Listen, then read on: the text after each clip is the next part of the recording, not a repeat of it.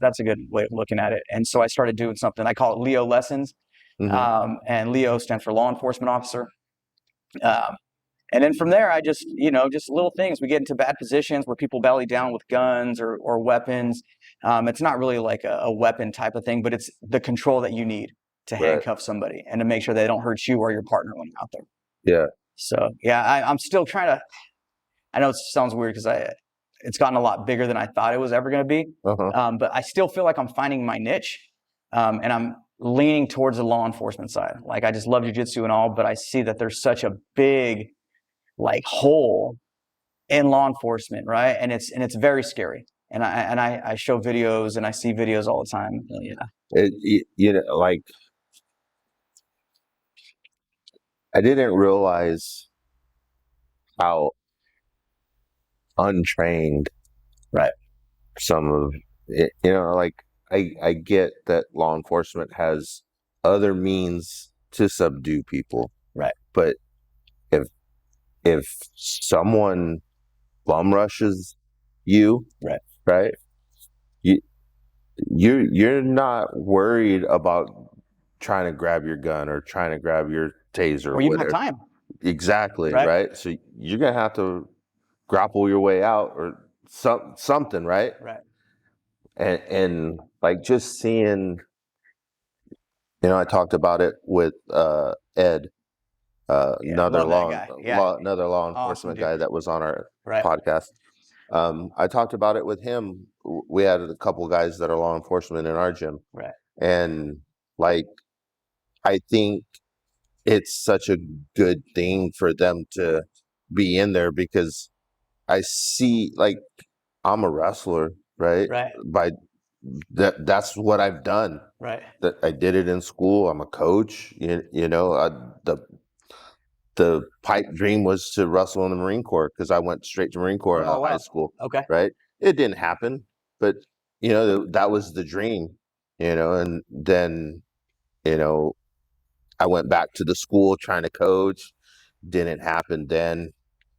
Fast forward 20 years, my kid's in school, high school. He's a freshman, and I'm like, dude, no matter what, you guys got to do a sport. I don't care what sport. Right? For me, that's great parenthood. Please be pick wrestling, right? But he chose basketball. He didn't make the basketball team. I said, well, you got two other choices. You go out for soccer. You could be outside in the cold all day. Wrestling's a winter sport. Or you could choose wrestling. And he chose wrestling. And that year there was 3 coaches and probably 70 kids, and they took a JV team, which that was where my kid was. So they took them to a tournament, and I don't know, I think he had probably 30 kids with him, the coach. And I'm like, shit, he's a little overwhelmed. So I walked down there and I'm like, hey, like, I don't know if the terminology is all the same, but I wrestled, and I could sit in a corner and help you if you're good with that. He's like, fuck yeah. Like, so, back in 2008, because my kid walked into walked in the wrestling room after he failed at something else, right?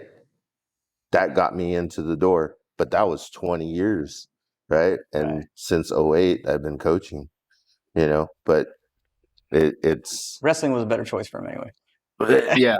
Yeah. He ended up being a coach too, and good. We coached together, but it's definitely, I look at what people that don't have any grappling experience, and you see the videos on social media now, like Castro's Pool Service. What am I saying? Check.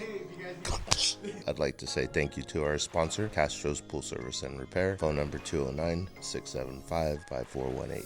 I am Castro's Pool Service and Repair. Thanks. The old grappler just awarded my blue belt. I've been coaching wrestling for about 14 years now. When I get in there, it is like everything just goes away. Like, you're in there coaching on the mat for jiu-jitsu. It's a way of therapy. The old grappler. And I post them sometimes. Just I don't want to show the bad things that happen in law enforcement. It's more of like, dude, we need to train, right? Like, and one of the things that I hashtag like all the time is go train. Yes. And I tell the people even that I work with, like, dude, I don't care if you don't train with me. Like, go train. Like, lifting weights is not the same. No. You need to do some sort of combat sport. Boxing, jiu-jitsu, kickboxing, wrestling, right?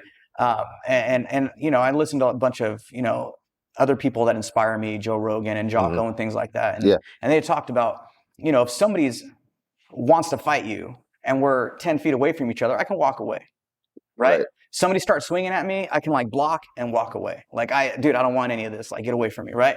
But if somebody gets their hands on you and they take you down, now you don't have a choice, right? And that's like the worst position to be in with somebody, especially with some training on top of you.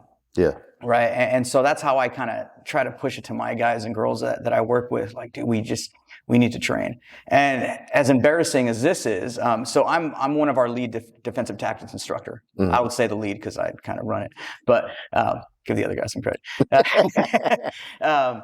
But we have things called post guidelines, right? And these guidelines are, you need to do a certain amount of time of handcuffing and this and that, which are perishable skills. I get it, right? But we handcuff people every day, right? We do things, we search people every day. We need to do more of the stuff that's going to actually save us. And I've gotten in arguments with admin all the time. You make us qualify every quarter with our firearms. Like, there's a handful of us at the PD that have actually used it, right? And been in that situation to do it. But we get in fights every night. One person at the PD gets in a fight, right? Really? Yeah. Salinas is pretty crazy. Yeah. It's you know what I mean? And running it's pretty crazy out here. It's equivalent to Stockton, right? You're from Fresno. Yeah. Fresno, Stockton, Oakland, like those types of places. And so, like, we're not doing more training. And so I kind of took it into my own hands where I'm like, okay, we're going to do this in the morning and I'm going to slowly start teaching things. And even as long as I've been in the academy, you know, 16 and a half years ago or whatever, they're like, dude, take them down, cuff them. Take them down, cuff them. Till this day, not one training that I've been to, I mean, now because I run them, it's different. Was I ever taught a takedown? Right? So it's like, take them down, take them down, take them down. I'm like, dude, how do you do that? Yeah. Right? And especially coming from like a striking martial art back in the day, still more trained than most. But if I never did jiu-jitsu, you know, or judo or wrestling or like that, like, how do you do that? Yeah. Like, it's very hard to take somebody down in a situation where like they don't want to be taken down or they're just trying to flee. Right? And now, not only am I trying to take you down, you're trying to run away. So now I'm trying to like grab onto something as I'm getting for the takedown, and now you're hitting fences, and it just turns into like a bigger battle than just if you would have taught me how to take somebody down, I wouldn't have been in those other situations later on. Yeah. Right. And so we have something called AOT, which is Advanced Officer Training, through post, believe it or not. Every 2 years, we have to do 8 hours of training. And that's the only training I get to train. So that is a department policy? That is a state policy. So most places in California, every 2 years, you have to do a minimum of 8 hours of training. You can do more. Yes. But it's only required 8. Yes. So when we get our 8 hours every 2 years, people's eyes are like, oh my gosh, like, what are you doing to me? Right. And there's so many things to go over, right? We have Red Man, where it's like a fight with somebody essentially in a Red Man suit where you can hit him with an asp. Nobody even uses batons or asp anymore, really. You know, it's like pepper spray, right? It's kind of obsolete. I'm not going to pepper spray you because now I'm fighting with pepper spray too. Like, it sucks. Right. Yeah. And so going hands on is the only option, right? Being able to protect yourself. And then it's even easier if you can do it with a partner. Hey, I'm going high, you're going low, type of thing. And, you know, I take care of the legs. And now you get in these control positions where I'm controlling the legs, you're controlling the upper body. We cuff them up. We go home safe. Bad guys in custody. Hurrah. Right. But most of the time that doesn't happen because people aren't trained. Well, and it's crazy because I don't know who posted it. It was on social media just a few days ago. 4 officers, 1 guy. They couldn't take him down. Right. And it's, and like, there's no one's putting it out there as in a bad reflection of the police officers or departments or whatever. They're putting it out there like, go train, like what you're saying, right? Like, I don't, like, I follow the BJJ cops. I follow you. Brennan. I follow Ed. Yeah. I follow Tom DeBlas. All these people are saying the same thing. I see these videos here and there, and it's like most of those 4 people that I follow have a pretty big following, right? Between all of them. Like, why wouldn't that motivate more people to go train? Right. Like, at the end of the day, like, I look at it as, yes, I'm a citizen, and if I ever needed someone to come and help, you don't know anymore if they're trained enough to subdue somebody. Right. Like, looking at that video, 4 cops, they're all like just trying to grab his arms. Right. You talked about high-low, right? Nowhere in that video was there high-low. I'm like, you're never going to take anybody down just by grabbing the arms. Right. Well, on top of that, if we grab somebody's arms and I'm pulling this way and you're pulling that way, and you're bigger and stronger than me, we're both going that way, right? Yeah, like, it's not going to work. And people don't realize that. And I think so. The way I explain jiu-jitsu sometimes is it's an alive thing, right? That saying that things constantly change. They're constantly evolving. Whether it's a fight, MMA fight, a jiu-jitsu, grappling match, whatever it is. Like, it's not the old kung fu stuff where if I do this, you do that, and I do this, you do that, and we're done. Right? I grab your hand, you hand fight. Oh man, I got to grab your head. Oh man, you get out of that. Now I got to go after your leg. Because it's constantly, it's evolving. The fight's evolving. And so it's alive. It's like an organism. Like people talk about, it's this beautiful dance, but I don't like using that, right? But for the most part, it's just something that you have to constantly train at to be ready for those situations when they don't go as you think they're going to. And getting that human connection of strength and power and athleticism, you're not going to get unless you train. Right. And you don't know what it's like to have somebody on top of you trying to submit you. In my case, even worse, right? They submit me or they knock me out. I always have a firearm with me, right? Like, now that's in play. I might not make it home now. Right. So that's number one reason why you should train. Right. And now I used this a long time ago, SWAT wise, but it goes for jiu-jitsu as well. If I told you tomorrow night at 7 p.m., wherever you go, someone's going to pick a fight with you and you cannot get out of it. And I would use in SWAT terms, you're going to be in a shootout, right? You're going to be in a bad situation you can't get out of, and someone's going to be shooting and you have to do something, right? How hard would you train right now? Right? What would you think about? What about avenues of escape? How would you get the angle to make sure you go after the bad guy? That's every day with jiu-jitsu, right? Yeah. And so that's now just, again, I'm like just combining like all my SWAT stuff with jiu-jitsu and, kind of like people talk about SWAT jitsu. I don't know where that came from, but it's kind of cool. But it's kind of the same thing. Like, we're on the same road to make sure we stay alive, we protect people.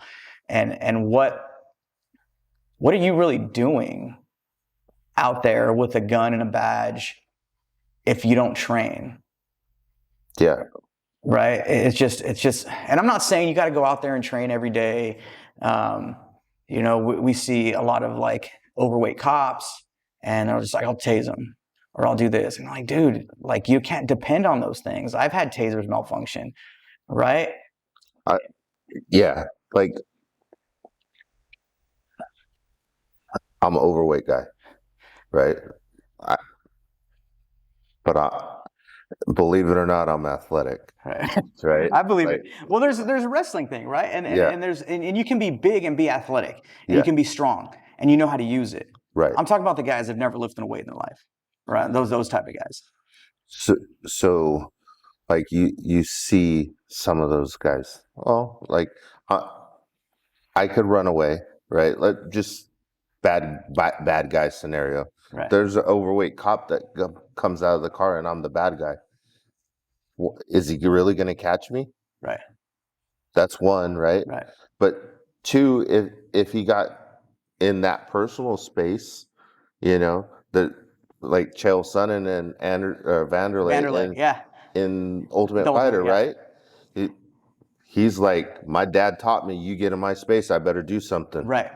Don't get too close. Right. Don't get too close. You know, and in some of those situations, if like, I don't want to sound bad about it, but if in some of those situations, those cops that are untrained, if I was to be a bad guy, right, with the wrestling background and the couple years almost of jiu-jitsu that I have, right, are they really going to be able to handle? Right, they're not. I'm telling you right now, they're not. I couldn't say, yeah. I mean, you see it more than I do, right? I see videos, right? I'm not firsthand like you are, and Ed, you know, and it's sad because you guys are firsthand, and you guys see what there needs to be change, right? Right. For the betterment of their safety, not the bad guy. Because the fuck about the bad guy. Yeah, if he gets away, he gets away, or whatever. Yeah. I mean, everybody should have their day in court, but a bad guy's a bad guy. Right. You know, maybe he's the wrong place, wrong time, whatever, and shit happened, whatever. But we're talking about the bad guys that are gonna resist. Right. Right. Like, I'm the bad guy. Like, I did something wrong. Cops show up. I don't want no drama, right? It is what it is. I fucked up. Go ahead, do your job, right? But here in your city, that ain't happening, right? You walk up to somebody that's a bad guy, and there's a fight, or there's resistance, or there's running, and you're chasing. Yeah, and that also goes along with the people that people don't realize. There's the I'm not going back to prison type of mentality. Like, what would you do to not go back to prison? Anything, right? People don't understand that those guys, not only are they bad guys, like, people in prison train.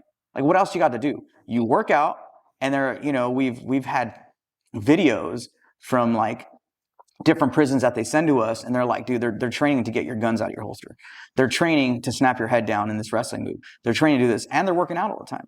Like, that should be very scary for people, especially if you don't train. That's scary for me. Yeah. Right. And I train. Right. And especially living in California nowadays, the criminal is protected more than the civilian. Right. And I don't think people understand that. Right. Like, the criminal gets 30 million chances for stuff. And, well, look in San Francisco now. Right. Like, you could go in and freaking steal whatever you want out of the store, and they can't do anything. Yeah. So I seen a video just a couple weeks back. This guy's in there stealing from a convenience store, right? And the two guys that were working at the convenience store decided to take matters in their own hand, right? Which they should have. They stopped him, and one of them had a stick and was just beating him on his ass. Wasn't that like in Stockton? Yes. Yeah. That's what I'm like. And so I seen the video first, right? And then, like, a couple days later, it came up again. Stockton, California. I'm like, good for those guys, right? Yeah. Like, I have friends in Stockton, like, from the wrestling aspect, coaches. Right. And one of my buddies is just like, it's fucking bad. There's shootings every day. Like, when we would go to tournaments over there, he's like, you're not from here, you stay away from these areas. Right. Like, well, I hear the state don't go walking around by yourself. They want to prosecute those guys for that. They're defending their store, right? And it's just like, come on, man. Like, I work my butt off in every aspect that I can to make the city safe. Like, I understand people are afraid of bad guys. I'm not, right? I thank God. Maybe it's because of jiu-jitsu, maybe because a lot of other stuff. Maybe the train that I have now has got me in there. Like, yeah, I'm willing to take these guys on because a lot of people aren't. Right. But the people that do step up to protect their store, to protect their kids, to do things like that, like now you're going to press charges on those guys, right? Like, get out of here. Like, you know what I mean? I don't know how far California's going to take it, but things need to stop. And obviously it's the minority that's really loud that gets, they say the squeaky wheel gets the grease type of thing. And that's all that's going on. People in California do not think that way. And there is this opinion that everybody in California is these liberal people that just want bad guys to, I don't know, go rape and plunder and do the, the old Raider Viking thing. It's not like that. It's the government, right? And it's Gavin Newsom and it's all these other people getting involved that are letting it happen because they live in a nice house in a gated area with 50 security guards. They don't have to worry about it. Right. But us, normal people, right, we do have to worry about stuff like that. And that's why there's the importance to train. Yeah. So I touched on BJJ Cops. Yes. You're part of that, right? I am. I'm one of the instructors for BJJ Cops. Brennan, he's a police officer in Florida. Okay. He said that he started BJJ Cops as like a joke. And it picked up. Like your YouTube channel. Yeah, like my YouTube channel. Man. Yeah. We're definitely blessed, both of us. And he's from Brazil. He's also a Brazilian Jiu-Jitsu black belt, and he saw the need as well. Mm-hmm. And he's got the most perfect job. I'm so jealous of him, man. Thank God. That's the dream. What he does is a dream. He's a police officer during the week. His PD works with him, so he has weekends off. Because he lives in a big city in Florida, he's able to fly anywhere in the United States and be there within 3 to 4 hours, right? He does a seminar Saturday, sometimes Sunday. He flies back, goes back to work Monday, Tuesday. And he's doing a great job in the law enforcement and Brazilian Jiu-Jitsu community teaching people. Yeah. And sometimes those seminars have upwards of 80 to 100 people. And, what I respect about him is he never says that he knows everything. Right. He's a very good black belt, but he does it like out of the goodness of his heart. Like really, the amount of money that he charges to go to these seminars is nothing. Right. My YouTube channel, it's kind of the same way. Like, I'm not doing this to make money, right? Not that I would make money off, that little amount of people anyway. I'd have to have like 100 million followers or whatever. But he has expenses through the business, right? But he's charging people $50 to $100 per seminar, right? And if there's other people who are not in the law enforcement game, never been a police officer, and they're charging $2,000 for a week of training, and it's like, dude, like, you don't even know what it's like, right? And so I always tell people, go train with whoever. But to do law enforcement stuff, if you can train with a law enforcement officer who actually knows, I think that's the big difference. Right. Some of these, like Gracie survival classes and stuff like that, they're good, right? Go train, right? But when people who have never been law enforcement officers are teaching you to mount somebody and then go to an arm bar wearing your back, like, what are you doing? Stay on top of the guy. Control his hands. I need to handcuff this guy. I'm not in a tournament. Right. And there's even videos of, guys that have been trained like that, and the bad guy takes out a knife and starts stabbing them and doing bad things, right? Like, wow. I need to keep control. Right. And until I would say that, so in this area, there's a few black belts that are in law enforcement. There's one of my good buddies. He's a commander in the local agency out here, San Jose area, right? We got some, but for the most part, there's not a whole lot. But at least now we have enough that are in law enforcement to teach things correctly, so we don't get hurt. And more, you hear about all these Brazilian black belts, obviously all over the world, but now we're getting them brought up in law enforcement, right? They can be a 2-year cop, it doesn't matter. But now they know a little bit more. And now we can teach the things that are going to keep us alive a little bit longer. Yeah, like going back to Ed, he said, one of the things he said was, wouldn't it be nice that every cop had to at least earn a blue belt? 100%, minimum. 2 days a week training. Yeah. 2 days a week is what I'm thinking. Wouldn't it be nice to have that kind of knowledge? I mean, for you guys, right? You go into a bad situation. There's 2 of you. Wouldn't it make you feel a little more relieved that he was trained? the guy that's going in there with you than someone that you know isn't. Right. Like that might be all you that has to subdue somebody, right?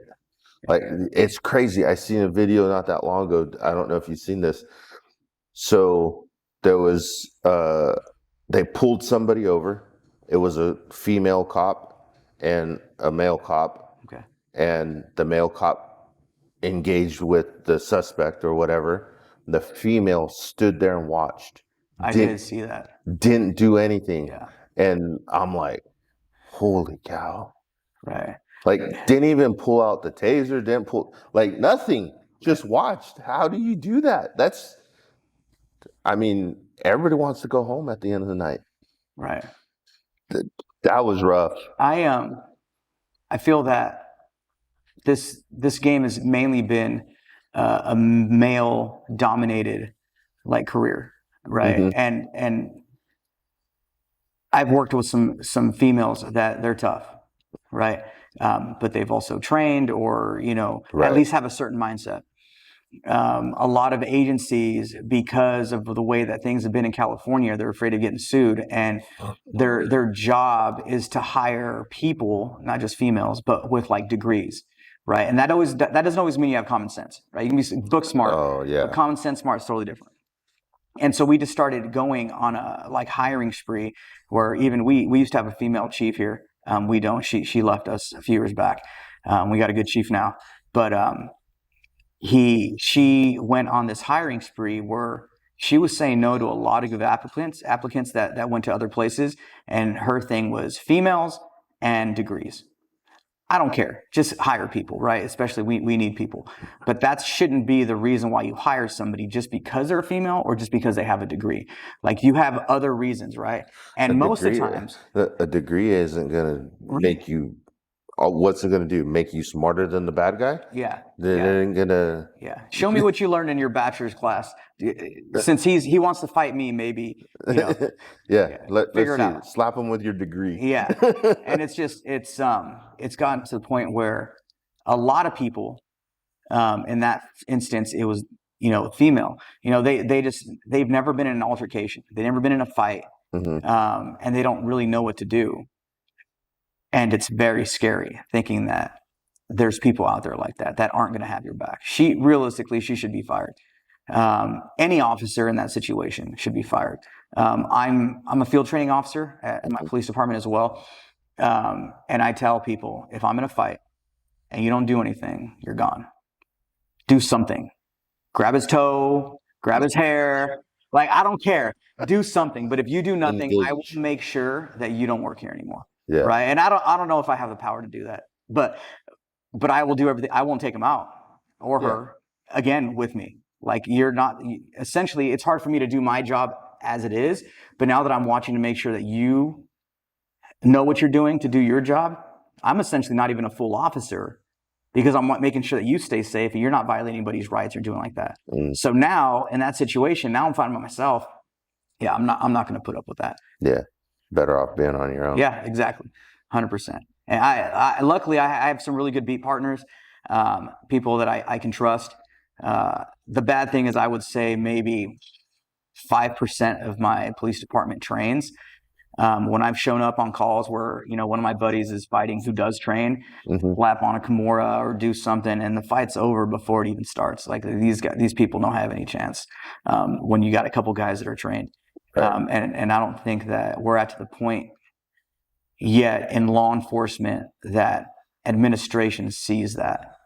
And I think that's a scary part. We're still in that old school, like PCP days where everybody gets batoned and things like that. And then you can't, it's hard to do that. Right. And, you lose, now there's a weapon in, right. And if you're trained and I'm not, and you are stronger than me or whatever, and you take that baton from me, now it turns into like a lethal force situation where it didn't have to be. Right. If I can just control you, take you down, and then go from there. That's crazy. Yeah. Hang on a second. We're good on the camera? Mm-hmm. Like you don't have to do the... I have it on my phone. Oh, okay. So I just click it from my phone. Okay. She has to pause it and restart it because okay. The camera before Because it's a camera, it's not a camcorder. It only allows to record 30 minutes. Oh, wow. Okay. Yeah. So For tax purposes. For tax purposes. So for, what is it called when you trade overseas? Is it a tariff? Not tariff. What's it called? It could be a tariff. Is it tariff? It could be, yeah. Something. That you have to pay to get something back from. Yeah. Yeah. So because they don't want to pay the tax for the camcorder, they make it a camera. Oh. That's weird. That's cool. So with your time in jiu-jitsu, what's your most memorable moment for jiu-jitsu? Man, by far receiving my black belt. Yeah. I obviously with my work, it's hard to be consistent. Mm-hmm. I would say that I'm pretty disciplined.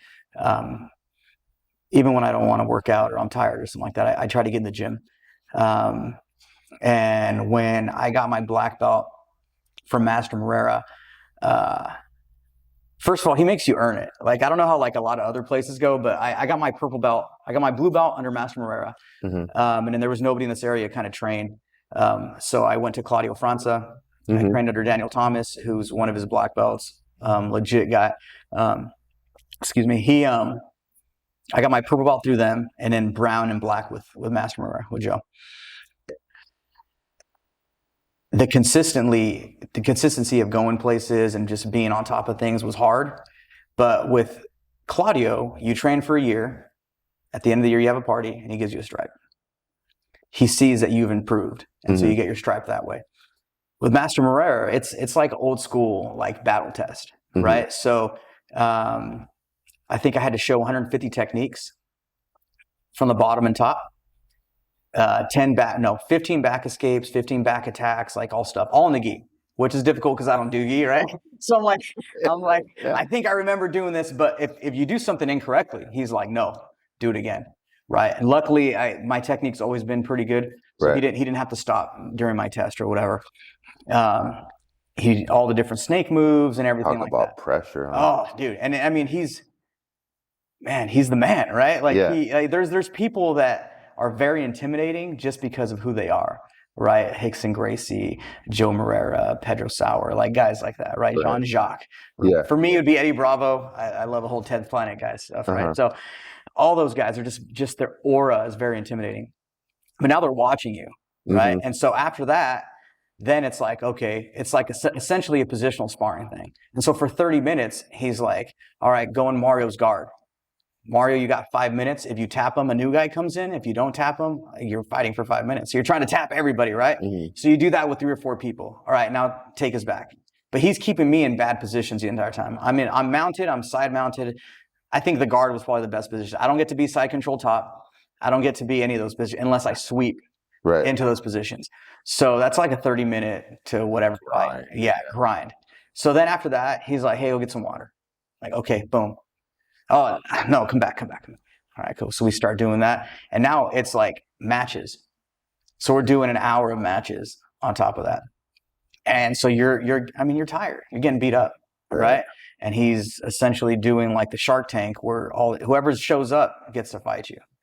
Now we're probably going on like 2 hours of sparring. If you can even like remember your name at that time. He gave me... he says he gives me 10 minutes. I take a drink of water. He says, you ready? Yes, sir. Right? I'm not, but you don't. Right. You're not going to say no. Yeah, exactly. And so it's always burned in my head. So obviously he's Brazilian. And so he speaks Portuguese. Mágio. You ready? Yes, sir. Right? So it's just burned in my head. So I get in there and then maybe some more sparring or more positional, depending on what he wants. And then again, after another 30 minutes or whatever, go get a drink of water. I don't even know where I'm at this time. And now it's MMA. So guys have boxing gloves on or like MMA gloves. Oh. And it's about 20 minutes-ish. All I can use is jiu-jitsu. No punching, no kicking, nothing. And so... But they're allowed to punch, kick, whatever. Hey, you, go knock Maggio out. I'm like, bro, like really? Dude, I can't even breathe right now. Like, no, 2 don't. hours. Yeah, then. don't. Yeah, now go knock him out. Don't knock out Maggio. I like that guy. That's me, right? I don't want any of this. So, I don't know if I've ever been as tired in my life, like my brown belt or my black belt test. But after that, start some positions, start from the guard. I'm in your guard, you're in my guard, and you're punching. And I have to submit you. If it takes 10 seconds or 10 minutes, like we don't stop until I submit you. So I'm already dead, but I'm pushing it as hard as I can because I'm not trying to be in there 10 seconds longer than I have to, right? Right. And so start from the back position, front, back, whatever, side control, mount, north, south, like every position you could be in, and people are like, they're hitting you.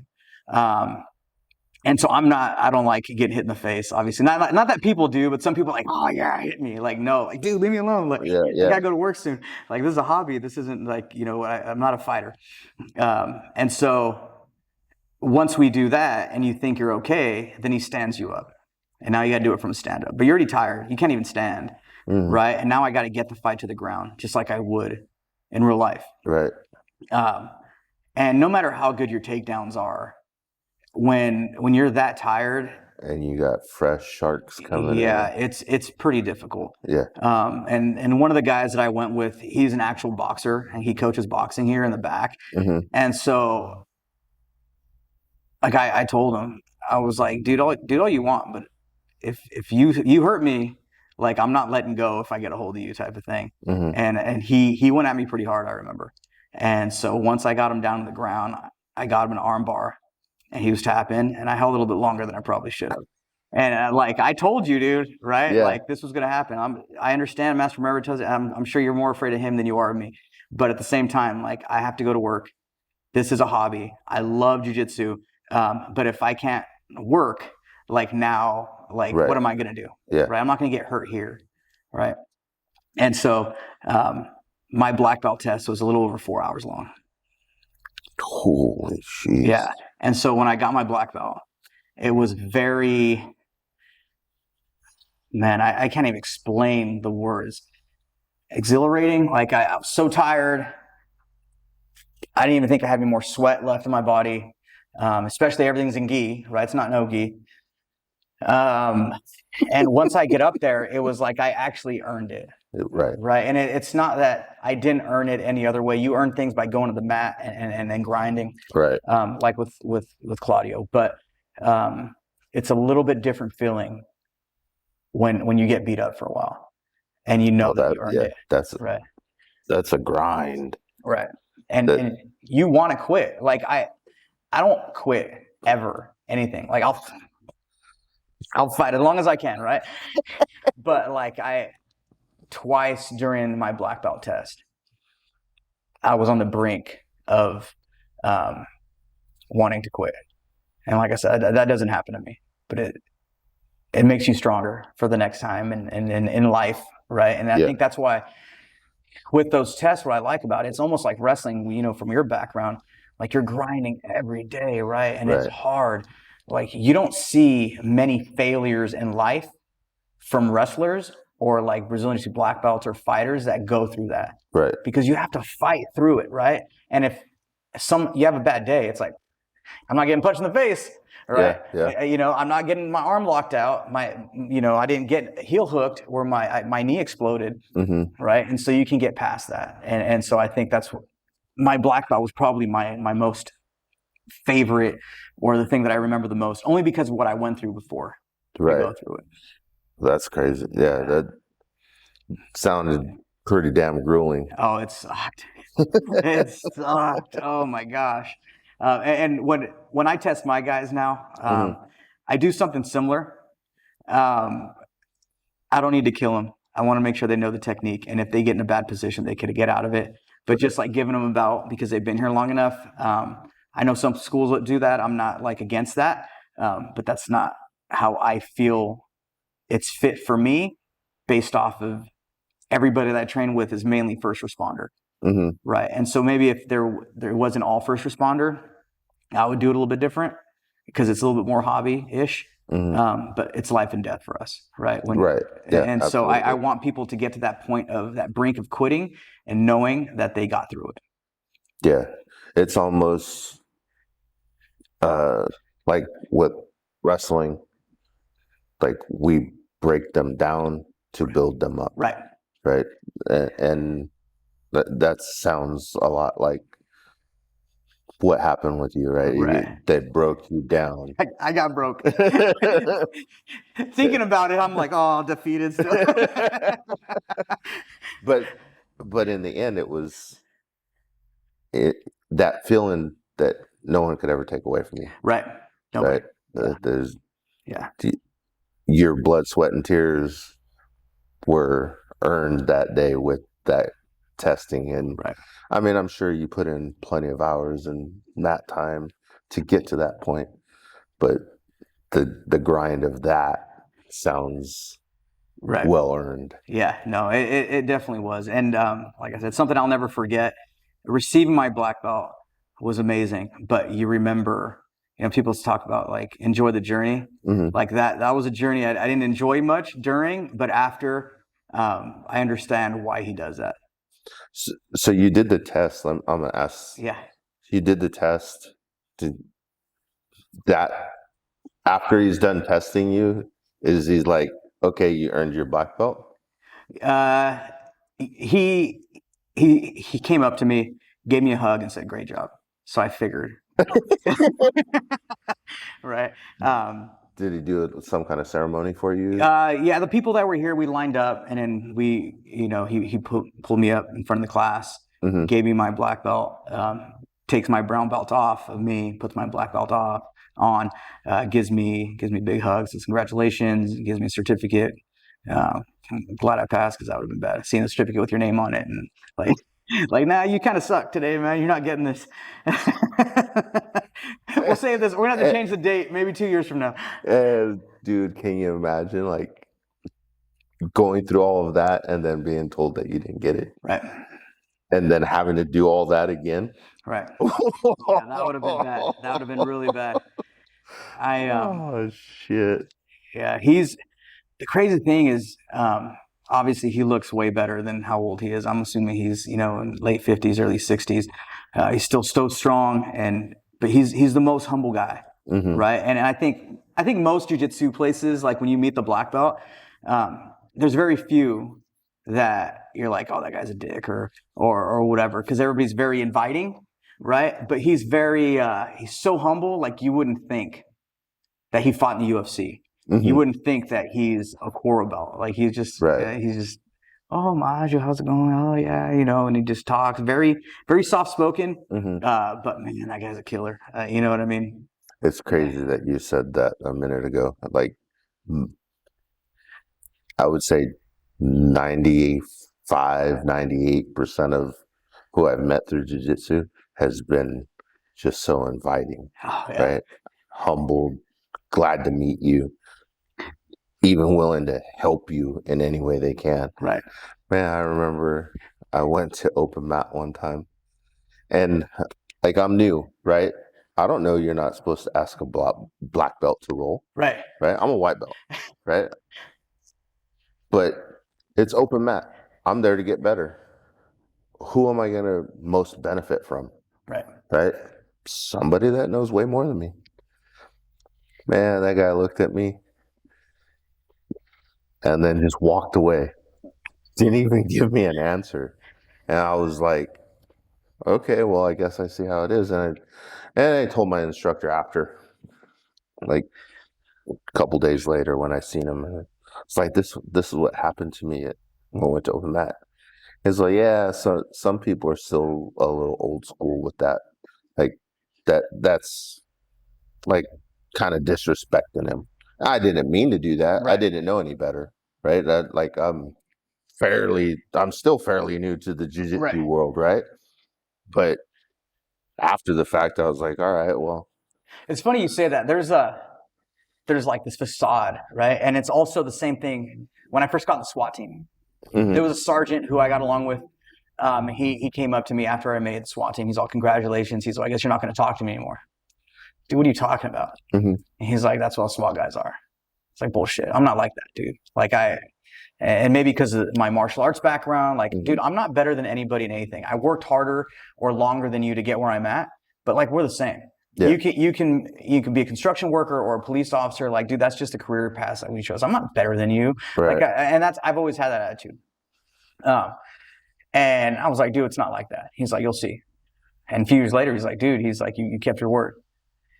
And in some of the old school jiu-jitsu stuff's like that still, right? Where it's like, you don't talk to a black belt. You don't ask, dude, I want to help everybody out. Yeah. Like I want to talk to everybody. I'm excited about the sport. I still am surprised that I'm a black belt sometimes, right? Like I'm like all the black belts line up and I'm like, oh crap, that's me. Right. And then, and I'm in that situation, but I don't like that. I don't agree with that. You're brought up a certain way and I get it. But we're here to make everybody better. Everybody, you need to be inviting, right? Just in life. Like and I think that comes from just because you're a black belt doesn't make you better than me.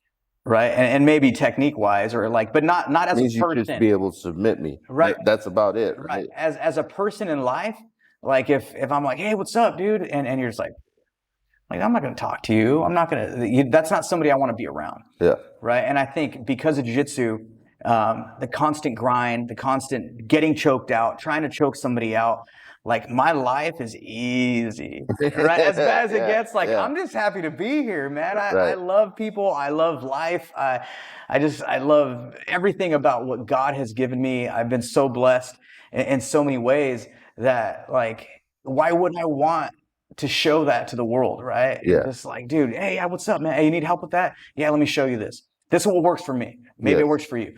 And I would say a lot of people are inviting. It's funny because, like, not every version works. Like, not every one technique works for everybody, right? And over the time on the mat rolling, you find little tweaks and twerks that you add into your bag of tools.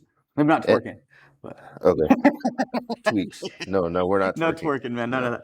No, don't shake your ass. So you find little tweaks that benefit you. Right. And you put it in your bag, and then maybe down the road, someone is having the same little issue that you were having, and you pay it forward. Right.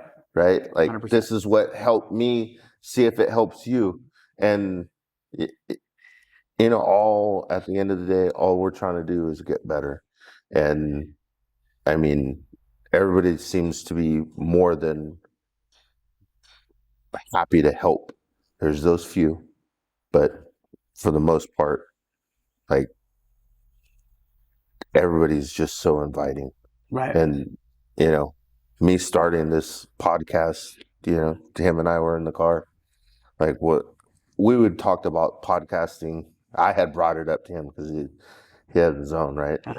I brought it up to him. He was like, well, what the fuck would we do? I'm like, oh, we could talk about fighting. I don't know. And it was just a bullshit thing. Right.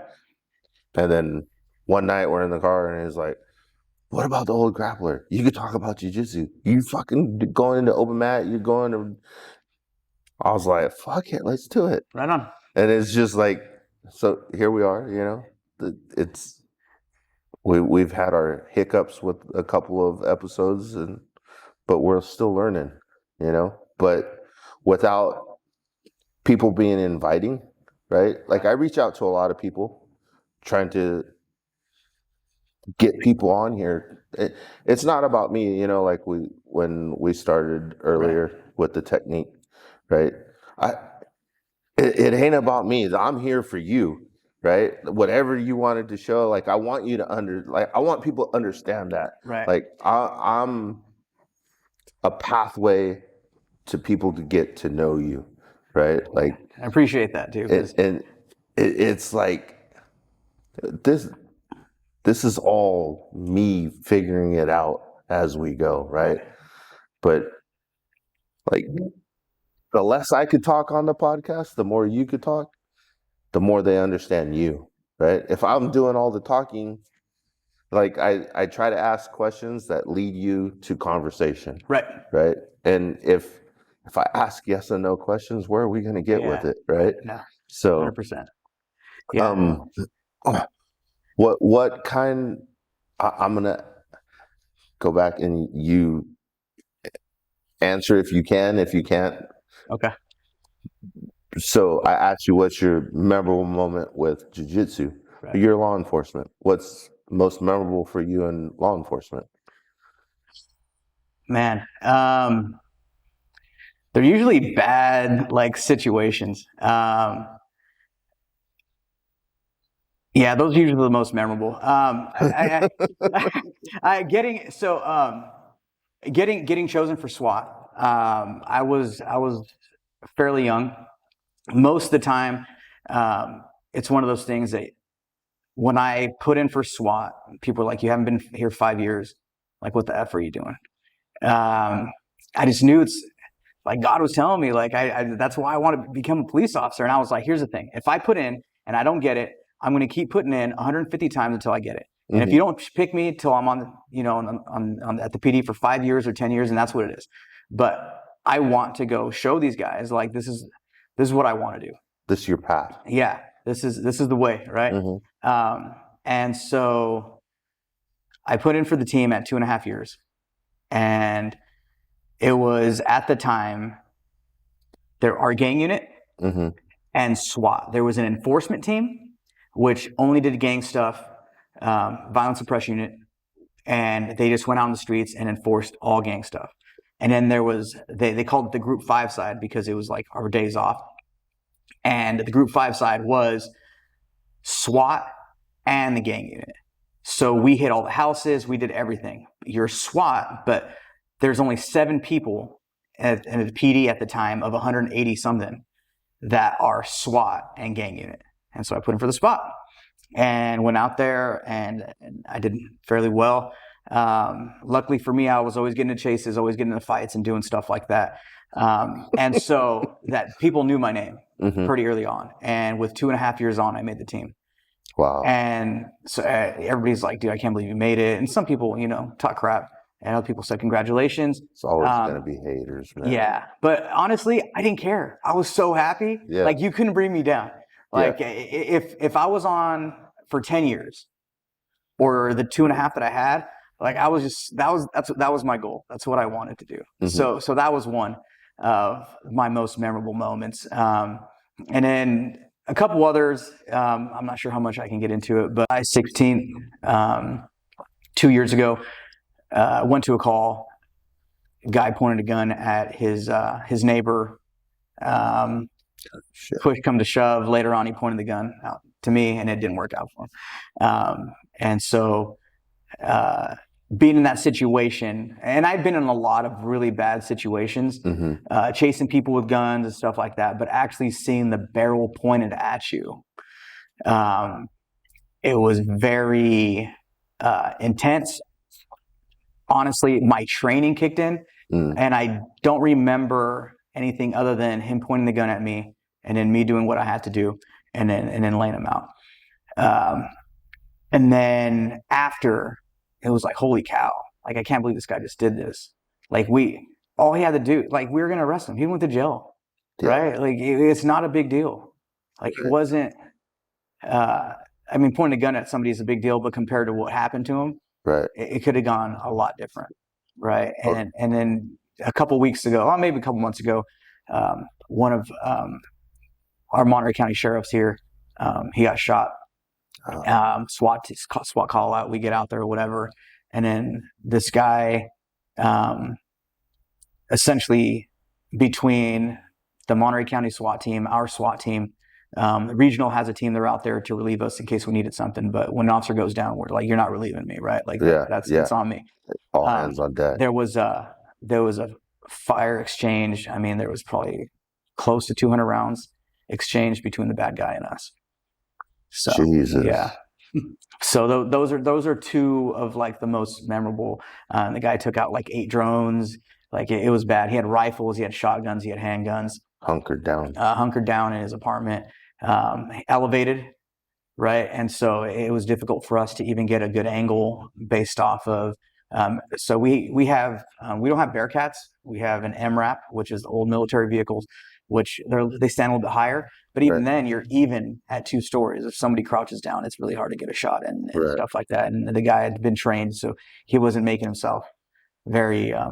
He was a hard target, essentially.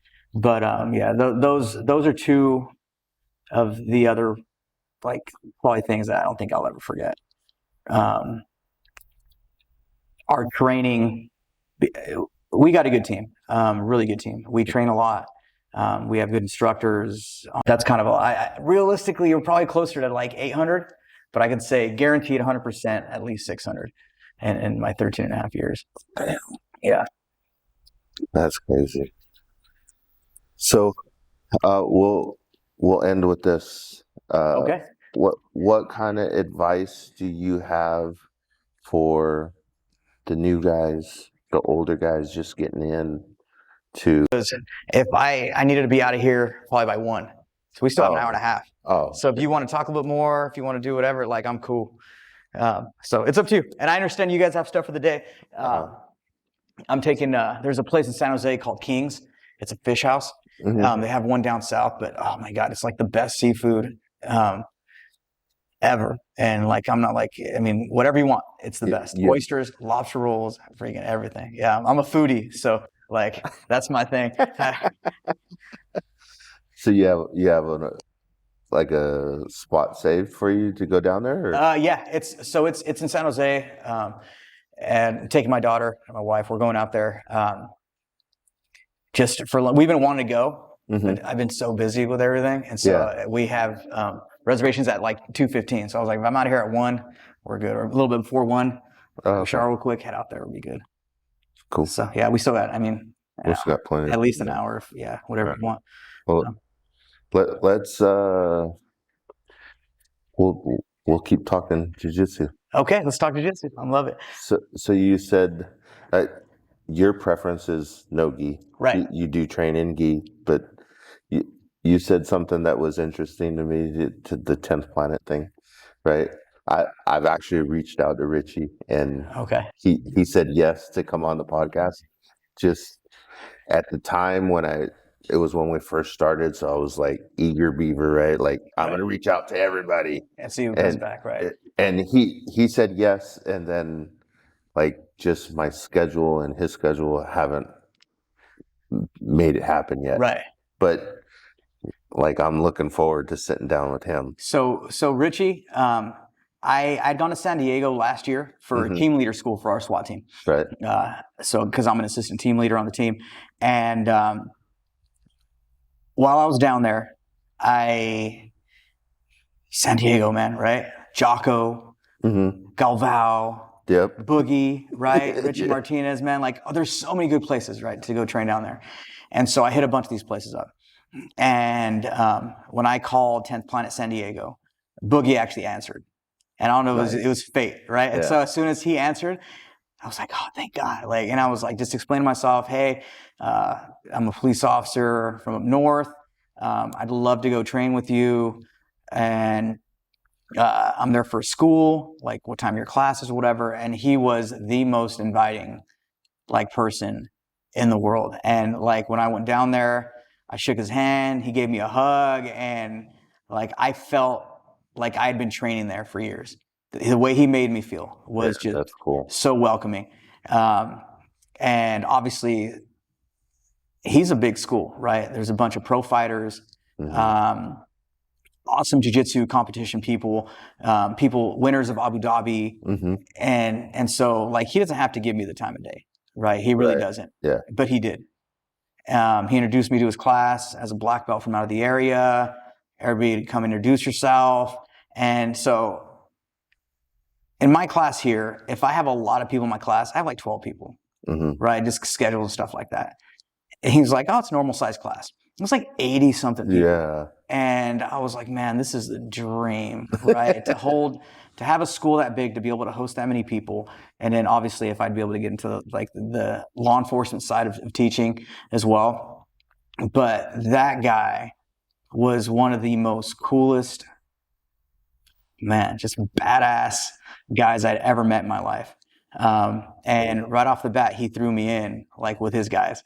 And so he's like, well, we're going to train. I was like, all right. And then he jumped in with us, and it was essentially like a Shark Tank type of scenario. We always end up in a Shark Tank.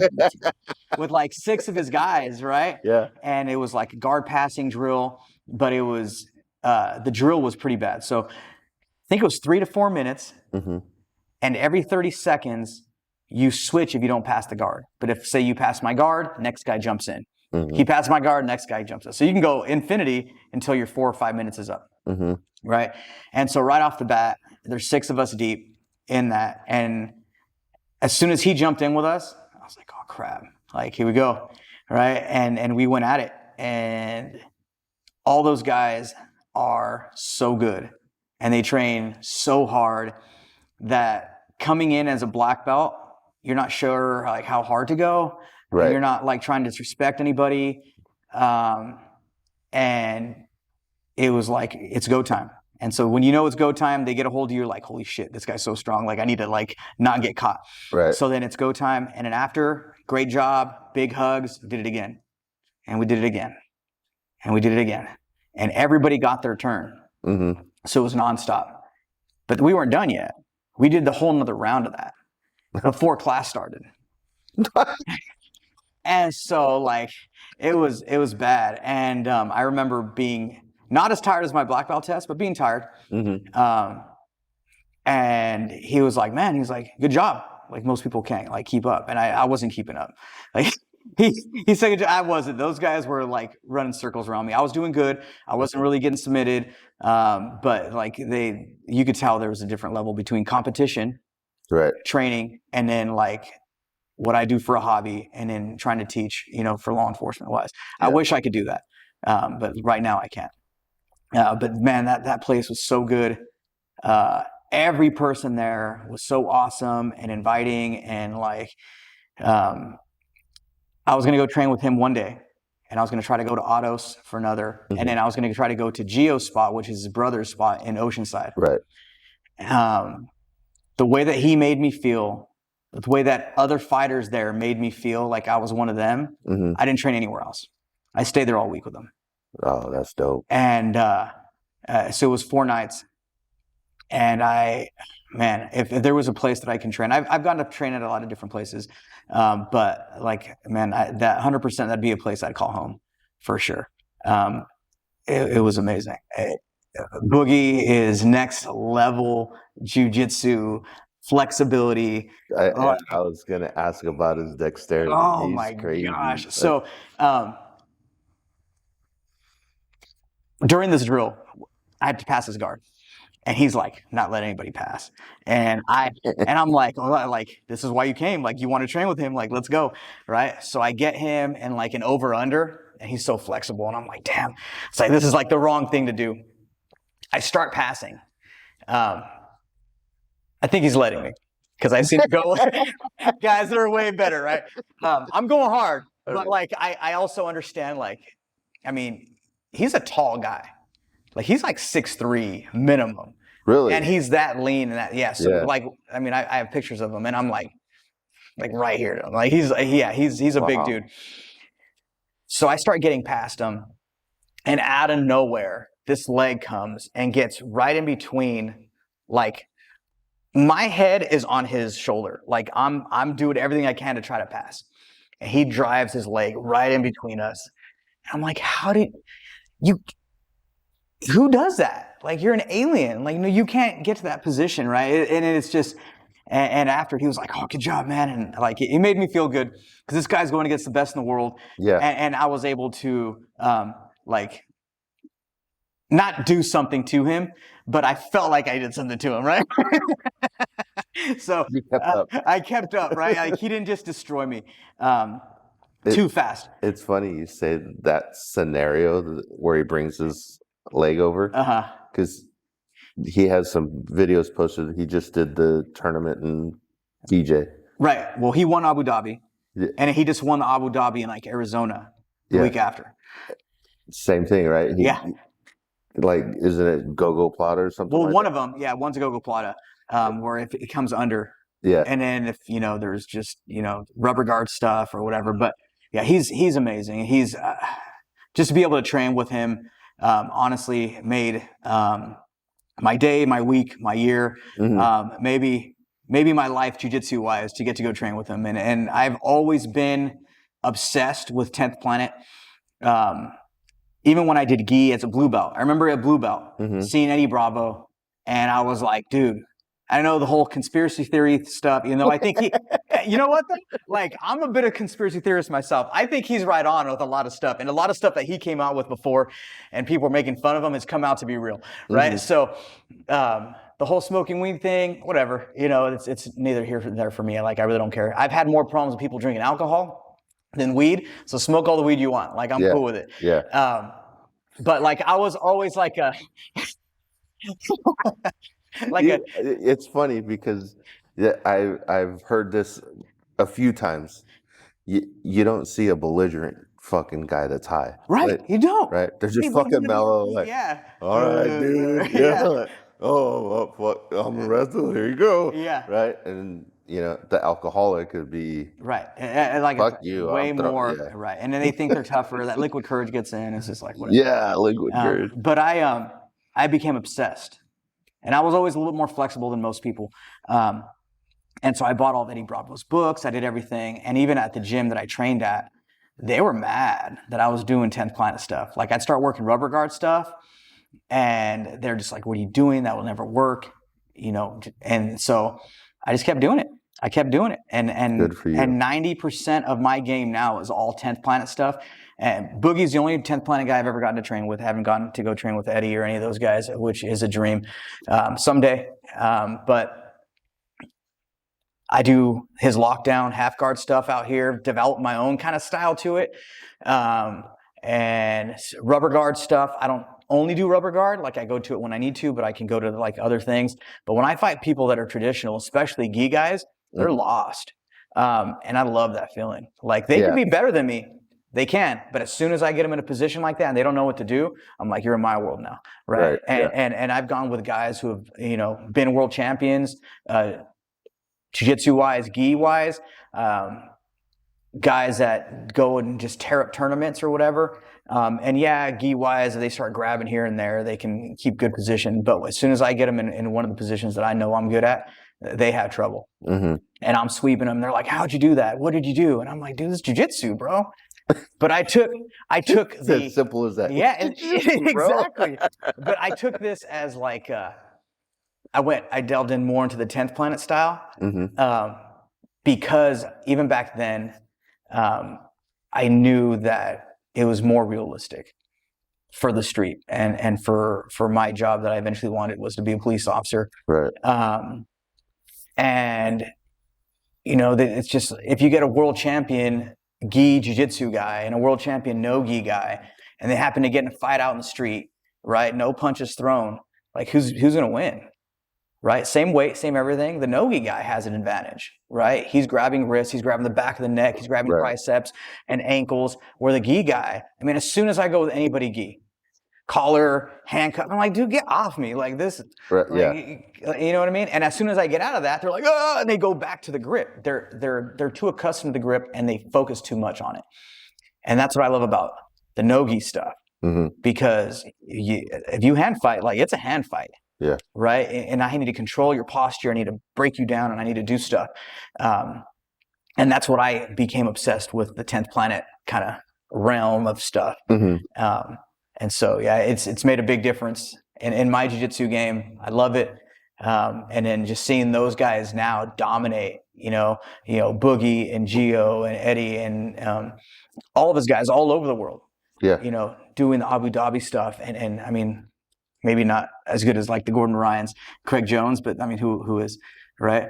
But their teams are going out there and smashing and doing better than a lot of these other, gi teams. So I think it's just evolving, right? Like, those guys were great, Gio, Richie, like, in their time. Like, time catches up with everybody, right?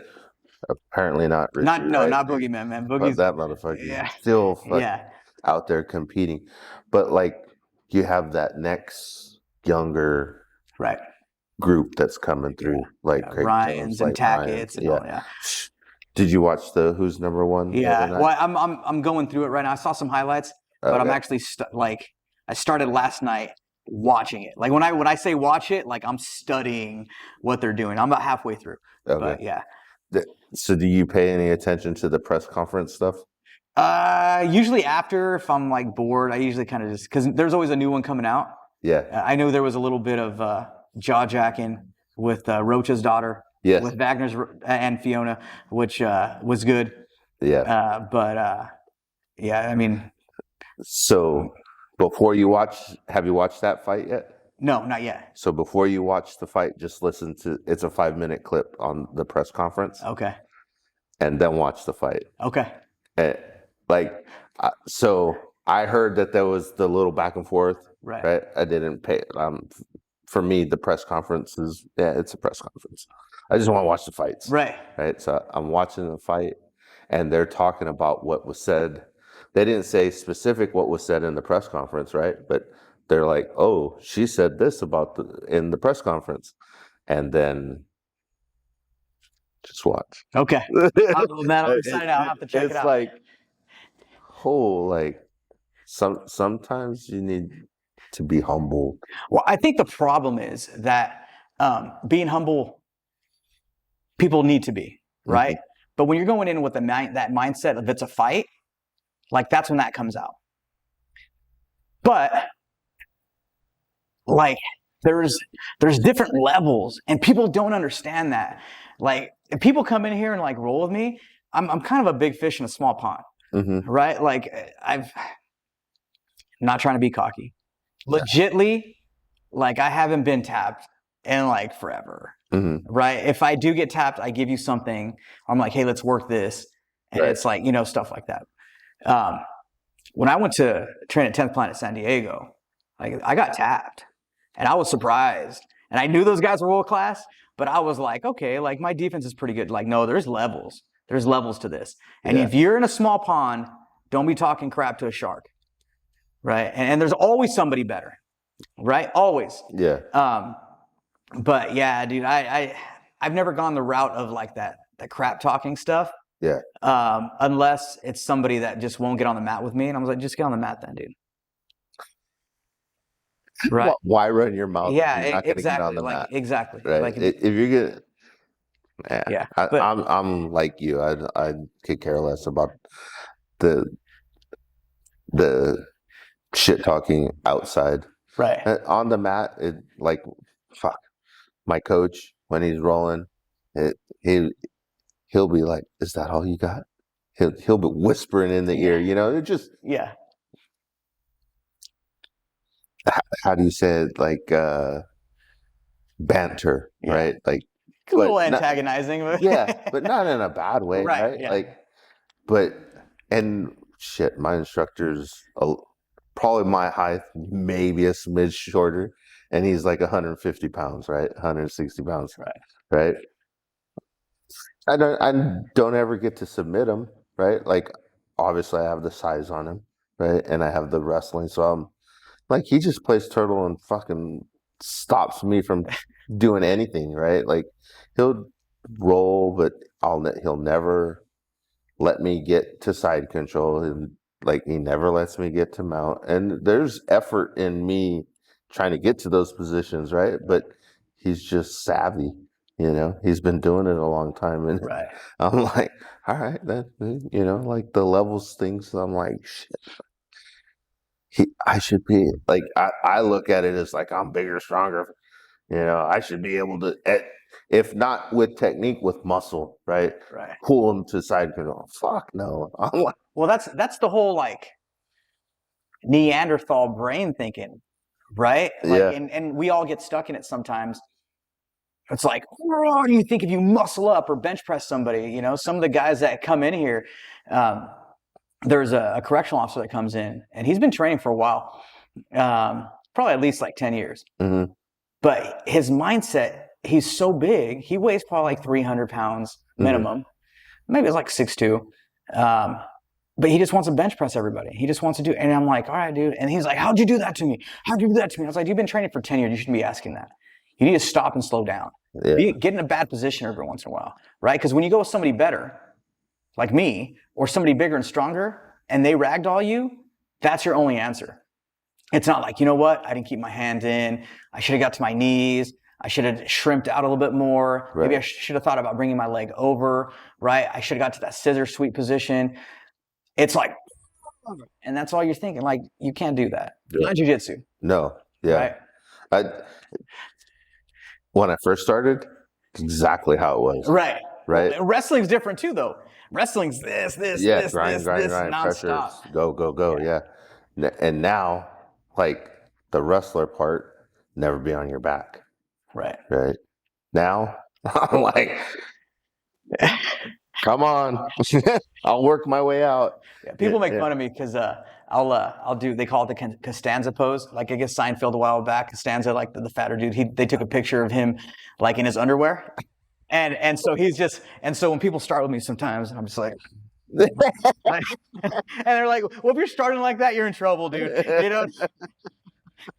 And that's the thing with jiu-jitsu, right? If I'm hand fighting, we start on our knees or standing up, I grab your wrist, you break out of it. Grab your wrist, get a break out of it. I'm doing this and I'm trying to snap you down. Like, I'm not going to do that for 10 minutes. I'm doing jiu-jitsu. Yeah. Like, I'm not doing wrestling, so I'm going to pull guard, right? And people talk about, like, pulling guard is for wussies or whatever, right? And they're just like, oh, you're a little bitch if you pull guard. I'm like, well, dude, if you want to wrestle, go wrestle. Yeah. You came to jiu-jitsu class. Like, don't complain, right? I'm not going to be a Navy SEAL and complain that I got to go swim. Right? Like, just do it, right? So, and so there's a bunch of crybabies in jiu-jitsu or whatever, in wrestling, because what happens is they're getting exposed to something they're not good at. Right, and it's just train. Who cares, dude? Yeah. I've been beat up. I've been tapped billions of times, right? And it sucked when I did, but you learn from it, right? And now in those positions, I feel comfortable. You're probably not going to tap me, and yes, not that it doesn't suck to get somebody your size side control on me, right? But I'm going to survive, right? And people talk crap because they got exposed, essentially, and that's all it is. Yeah. Right. And just be humble. Like, it comes from the beginning, right? We're here to learn. We're here to get better. And you might be better at me side control or back position. So my job is to not get there with you. Right. Yeah. Right. So I got to be better in the other positions to make sure I don't end up there. Right. Yeah. It's funny. Like, that when I think back now, like when I first started, it was get the top and don't let them go nowhere. Right. I'm bigger. I can put pressure. But now, like, I'm perfectly fine starting on my butt and, you know, like, all right, come in so that I can start doing something. Right. And realistically, I still don't care to be there, right? But if I'm not there, then I can't work my way out of it, right? So for me, it's learning still. Yeah. And, you know, some days I'm successful and some days I'm laying on my back. Yeah. Right? Like, I do my best to get to my side and work, but some days it's just not that day. Right. Right? So as long as I can continue to learn from the situations, why not still, I mean, can I get on top? Yeah, that's what I did at the beginning because the wrestler in me, right? Right. But me staying on top isn't making me better, well-rounded at jiu-jitsu. Well, right? it might too, to a point, depending who you go with. Yes. Right? If you stay on top of me, if I get you in a half guard position, like, you're mine. Right? Especially, my guard's pretty good, but if I get you in half guard, like, you're mine. So you need to work out of those positions too. So it just kind of depends on who you're going with. Right. You know, purple belt below, yeah, you're probably going to be better with not staying on top, so you can continue to learn. But you start going with a black belt, a really good brown belt, and they're good in a different position. Well, you need to be put in those positions to know what it feels like for that next level. Yes. Right. So. Yeah. So, like, I'm just trying to continue to advance. You know. And like I said, it's where I was absolutely not comfortable with being down there. Now I look at it as, okay, I'm not going to stay on top. I've not been there, done that, but I've been there, right? So can I still get better on top? Absolutely. I can get better at everything. Right, all of us, right? Right? But because I don't like to be on my back, say I'm not going to train there, doesn't make any sense, right? Like, so I'll start and I'll concede that position so that I can train there, right? And like I said, some days it's successful mission, and some days it's like, fuck, I still got a lot of work to do. Well, like a lot of people understand too, just because you end up in a worse position, right?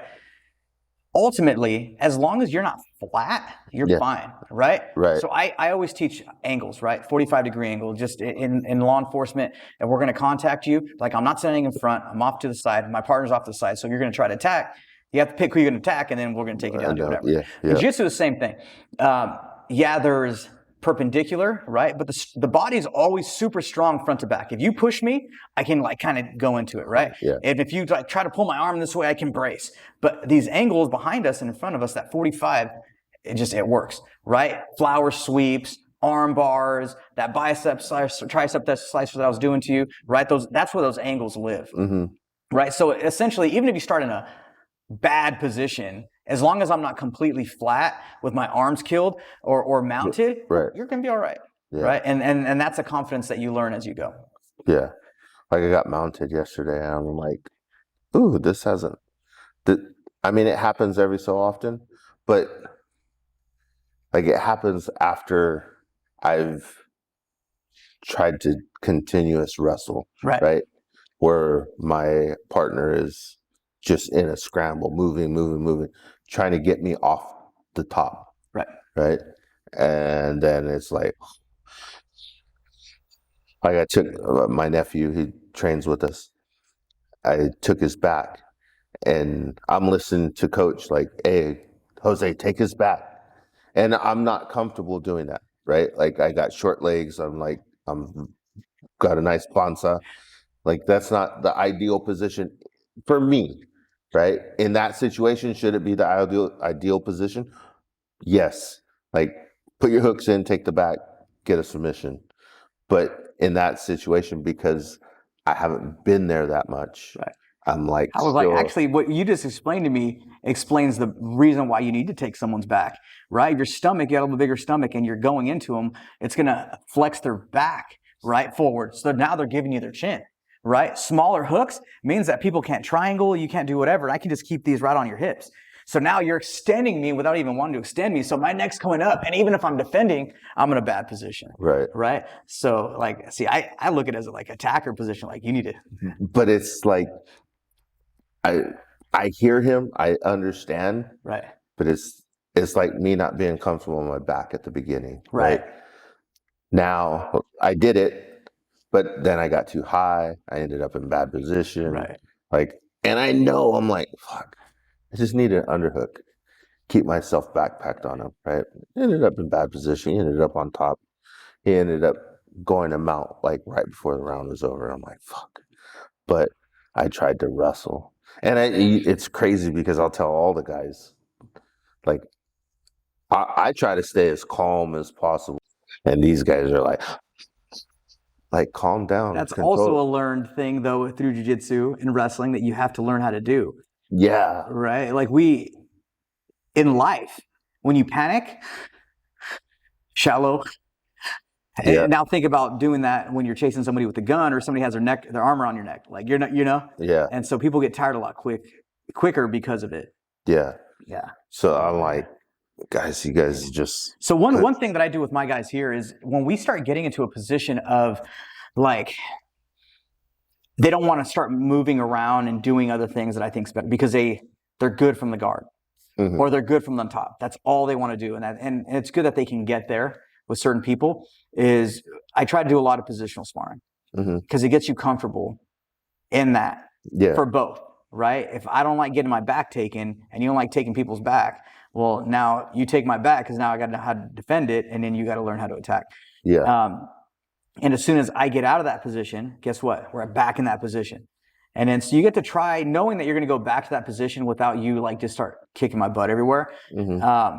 I'm able to try things that I normally wouldn't if we're in a regular role. Right. And so now I can be more creative. And I think in life, we stop being imaginative and creative pretty early on. And jiu-jitsu brings that like happiness back to us. Oh yeah. Where it's like, all right, this is fun, right? Yeah. And so in those positions, and when you know you're not going to get hurt, know you're not going to get tapped, you can start doing, and that creativeness comes back. Yeah. And that's what I love doing. I'm a little bit more flexible than most, not 10th planet flexible, but for the most part, I can do things, right? But that other people can't. But that just means somebody else's strength or their body type can do stuff that I can't. Right. And if we do that positional sparring a lot, you're going to get really comfortable really quickly. Just like jiu-jitsu in general, right?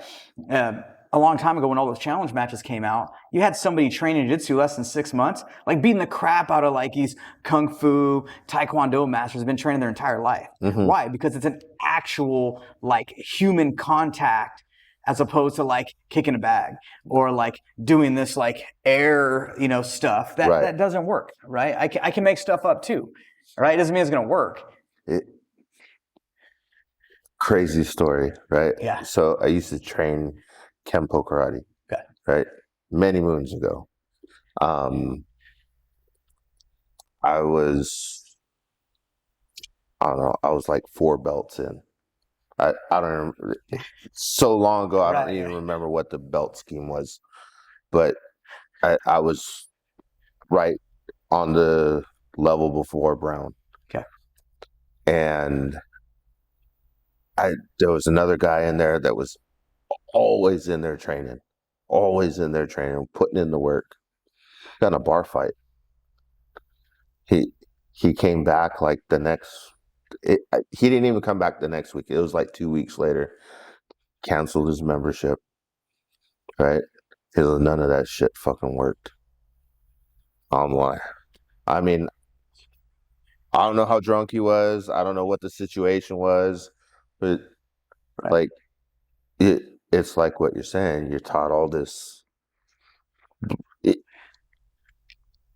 No one's actually hitting you. Right. And then when you do spar, it's more like point kickboxing, right? Like, right. I've gone to tournaments for that, right? I'm sorry you're not sitting there and... Yeah. Well, it isn't taught. And even going back to like my taekwondo background is like, my instructor, he used to box. So I was taught a little bit different. And luckily for me, because I used to like be able to outbox people in taekwondo with it. But like, you can't teach parries or blocks without head movement. Right. Right. And if you're teaching all these kempo, taekwondo things, like that's why boxing's so good. Like they start moving, and shoulder checking and stuff. Like that's why you can't hit them. Their defense, right? And that's why the whole combat sport, Muay Thai, kickboxing, wrestling, jiu-jitsu, that's what we have to train in because it's realistic. And people don't understand that. And that's why everything else, the McDojo, right? McDojo. Yeah. You come here long enough, you're going to get a black belt. It doesn't mean you can do anything, right? And same thing with like these parents from like these rich places are like, oh, my 7-year-old's a black belt. Like, dude, I'll kill your 7-year-old. Yeah. Like, they ain't going to do nothing to me, right? That black belt means nothing, right? But if you tell me, there's a 7-year-old that trains jiu-jitsu, like my money's on them. Yeah, right? It's crazy. Like I have a grandson. He's about to be 3. And the last podcast, the gentleman, he has a son. That's his first son, my first grandson. They're 2 days apart. Oh, okay. And I'm like, he's big wrestling. I'm big wrestling too, right? But now that I train jiu-jitsu, I'm like, my grandson's going to do jiu-jitsu first. Right. Like I see kids come into the gym because I still coach wrestling, right? I see kids that have trained jiu-jitsu be successful faster in wrestling because of whatever training they've had before. Right. And I think most jiu-jitsu well, maybe not most, but a lot of jiu-jitsu people, the biggest problem I think most of them have is being able to take somebody down. Right. Right. Like it's jiu-jitsu is mostly taught down on the mat. Right. You know, so like for our adult wrestling class, I'll tell them, okay, today we're going to wear a gi top, we're going to work takedowns, right? And or like last class we did defend a single leg with a Kimura roll, right? So I try to implement it into our wrestling class too, because most of those guys that are in our wrestling class are doing jiu-jitsu. They'll be a step ahead if we can get the wrestling background part 100%. Of it in, you know. I think that is a big key. But I'm not saying everybody doesn't know how to take people down, but the majority it's difficult. And a part of it is space. Like, I mean, I wish I had a bigger place to train, and you get 8 people on the mat. That's full. It's full, right? Yeah. On top of that, a lot of wrestlers, you're usually younger. Like you're not wrestling in the Olympics, right? So the Olympics is obviously the upper echelon of it, but college, so everybody's a little bit younger, right? And when you get taken down, like, it doesn't feel good. Hell no. Right? And so I would like to say that most people that come to jiu-jitsu, they're hobbyists. Yeah. Right? They're trying to learn, get in shape, do different things, right? And then they get into it. Once they show up, they're like, man, this is the best thing ever. But realistically, they're hobbyists. So if I take you down and you don't fall correctly, or you run into somebody by accident or the wall, and I mean, it's jiu-jitsu, right? My head's hit that thing so many times. You know? But there's a lot of accidents that do occur. But now you can't go home and do your, your job as a techie at Silicon Valley or whatever makes you money. And able to train. Right. Now you can't do that. And if I got hurt breaking my arm or do something like that because of something stupid that I did, I couldn't go out there and do my job as a police officer. Right. So I think that's where the difference is. Nobody starts wrestling at 50. No. People start jiu-jitsu at 50 all the time. Yeah. Right. So, and I think they're two different sports, but that's the one thing I think that people really do have to realize. In college, if you're not going to be in the Olympics, right, then you're kind of done. Yes. Right. And jiu-jitsu is a forever thing. I saw this thing where some like 87-year-old guy recently got like his brown belt or something. Mm-hmm. Like, that's amazing. Right. Like, and some 60-year-old lady got her black belt. Like, dude, that is, oh, man, like, I follow, awesome. I think her Instagram's like Grandma Jiu-Jitsu or something like that. Uh-huh. She's an older lady. She's a purple belt. She still competes. Dude, that's awesome. I'm like, hell yeah, that's dope. I saw a video like maybe a week ago, and it showed these guys probably late 50s, early 60s. I think they had blue or purple belts on, and they're in a tournament. Man, they're getting after it. And I was like so excited and just like, dude, that's what it's about right there. Right. And then after, they gave each other hugs. Whoever won. And it's very awesome to see like two people like get after it and then become friends after. Yes. Right. And be like, hey, dude, good job. Yeah. You know, it's a cool thing. Most people out, maybe because I live in Salinas and everybody like wants to kick your ass all the time. It's like, for me, it's like being back in high school, right? People just mag dog you and you know, they're very immature in that realm of life, right? They're stuck in high school, that high school mentality. They haven't grown up yet. Yeah, exactly. You know, and that's part of my job. I got to go tell 50-year-olds, hey, you're not supposed to hit your wife. You know, it's bad, right? Yeah. But because of that, being able to go to war with somebody, go to battle and like see who's better and then still be okay with it after, be like, dude, good job. Like, great Kimura, like great guillotine. Give them a hug. And now you're friends, or you see each other at a tournament or at a restaurant, like, hey, what's up, buddy? Right? Yeah, like that's the way life's supposed to be, right? Right. Yeah. It's changed quite a bit since my younger days, but Yeah, that cool. We're a little ways in. You good? Yeah. Yeah, maybe 15, Yeah. 20 more minutes max, and then, finish whatever we need to do. We're good. Cool. So, going back to 10th Planet. Yeah. You said when you were a blue belt, you seen it, thought, okay, this is what I want to do. What was it that, I mean, Eddie Bravo's Eddie Bravo, right? Right. And he's done amazing things. But at such a early point in your journey, what was it that you seen with him that was like, this is how I'm going to do it? So watching his jiu-jitsu, it wasn't like traditional jiu-jitsu. Mm-hmm. I saw that he used his strengths, right? Like flexibility. But he wasn't like the biggest, strongest guy, right? And he was able to control people and how he was holding on to people, right? And he learned that from John Jock as well, because John Jock, obviously, he's missing some fingers. So that's why he was like, he had to get good overhooks and good underhooks and not control the gi, like a lot of people were able to do. And so getting those hooks were really important. And then just, I like the way that he carried himself as well. I know a lot of people didn't like him, especially early on, because of the whole, him smoking weed, and he was like a conspiracy theorist type of guy. But and he was no gi. Yeah, he was no gi, right? And I looked at that back then, and I knew that was the future. Mm-hmm. I said in my head, and I tell people this now, and a lot of traditional people don't like when I talk about this, but be like, okay, so if gi is the way to go, okay, I'm not saying you shouldn't train gi, okay, because I train it as well sometimes.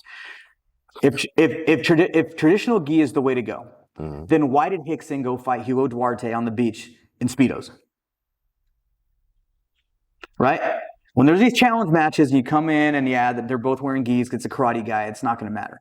But when you go against another like jiu-jitsu guy, or back then it was a luta libre, right, out in Brazil, why do they always take their gi tops off? Because they know those guys know some stuff too, right? They don't want it used against them, right? So why just stop it from the beginning, right? Wrestlers, you're not grabbing each other's singlet and wrapping it around their head, right? It's I might now that I know, right? Right. Pull that strap around. And so that's what turned into me into that, like, dude, that's next level. I don't know much about jiu-jitsu. I'm learning, but I knew that was the future back then. I just did, and I continued with it, and people hated me for it. Everywhere that I went, oh man, everywhere that I would go train, like, what's that rubber guard shit you're trying to do? I just got you an omoplata, so you're welcome, right? Yeah. And they did not like it. Well, if you didn't have that flexibility, I was like, dude, you're twice my size. Like, how can you say not for me not to use my flexibility when you're trying to bench press me through the freaking mat? Like, you can't do that. Like, it's not the same, right? Right. And so when I saw, like I said, it was just like, okay, that's it. Master Moreira too, even though he's obviously more traditional, he's never really had a problem with me like doing my style of stuff. And even getting into like foot locks and stuff like that more, because you have to, right? I'm not going to fall behind at times. He's just let me be me, right? He's never told me not to do anything. He's never like been upset with me about doing anything. When I've gotten into really bad positions, and even during like my black belt test, I started busting out my leg locks, and I started doing some of the other stuff to kind of give me a little bit of a rest. And then I was catching people, and he was just like, it's jiu-jitsu, right? He's always been open to it, with me anyway. Yeah, adapt. Yeah. So, that was pretty much it. And then obviously his persona, him being the first like person to tap out at Gracie in Abu Dhabi when he took on Hoyler, and then just continue to go, and when he fought Hoyler again in Metamoris, we all know who won that fight, right? Hoyler, like, oh, I didn't tap, but you can't walk good now because of it still, right? Like, just because you didn't tap, like, you lost in life, right? So Eddie won, right? And he's just done so much for the sport. Him saying that the rubber guard started because of the UFC. If you get somebody locked into that rubber guard position, they can't strike you, and they really can't, right? Yeah. And if you try to strike with the other arm, now I got triangles and a bunch of other cool stuff I can go from there. So, yeah, I just thought it was next level. I thought it was different. And even now, today's, I've had a couple guys come train with me that are a little bit more traditional. We just had a guy that he recently quit from the PD, came up from LA, super cool dude. And when I would roll with him, we're doing no-gi. But I knew what he was going to do. He was a brown belt, legit dude, before he was going to do it. And there really was no, it wasn't hard. He was a gi trained guy. But I knew what he was going to do because he was there's the way traditional fighters fight, 80% of them fight the same, right? Yeah. You put your hand here, well, I'm going to block your hip because your hip's next, right? Your knee has to come through this way. Okay, well, I'm going to block my, your hip on this side so I can slide through. There's always something that they all do, but it's almost like they're telegraphing it because they're so used to grabbing gi. And no gi, it's like, I'm going this way. Nope. Okay, I'm going this way. Okay, I'm doing this. And I'm doing that. And I'm kind of all over the place. Right. A little bit more athleticism-wise.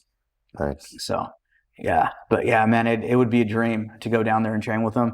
Obviously, my schedule is crazy. But God willing, maybe some of my crypto stuff jumps up and I can retire, or I can open my own gym and go down there and go train with Eddie Bravo and Gio and back with Boogie for a while and just get that part of it a little more down. So. That's cool. That's cool. Cool. So I lost my train of thought.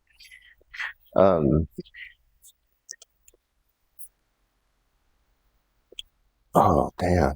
I might have to pause a second. Well, you edit it. You're good.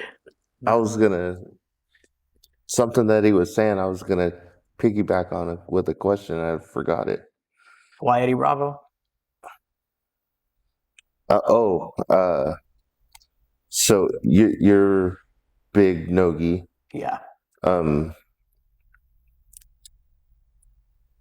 do you feel with all these, who's number one now, ADCCs, there's all these opportunities that maybe weren't there, and maybe they've come along, but it seems like more and more today, there's the opportunities for those practitioners to go out and compete at a grand stage. Like ADCCs was huge in Vegas, right? Right.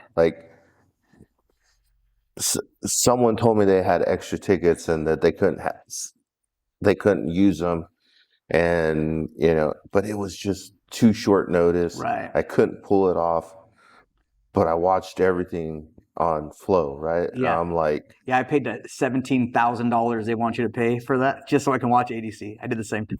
I'm holy shit! I'm gonna go. Yeah. The next time, right? That's just the who's there. Yeah. Right. Just be around the greatness, man. I just who's there. Right. You're getting to see all these people. I follow so many jiu-jitsu content people, right? And is there anything else? I follow a lot of wrestling, but it just to be able to see those people. I've met a lot of people through life, through wrestling. It's crazy now. It's where I'm at in life now. I'm not so starstruck, right? Before, I've met Jordan Burroughs, Olympic wrestling champion, right? Yeah. I'm big wrestling. When I met that guy, oh, that was so cool, right? I met numerous people in the wrestling world, and now in the fighting world, the MMA world, I've met a few people. I sat and talked with Herb Dean in Sacramento.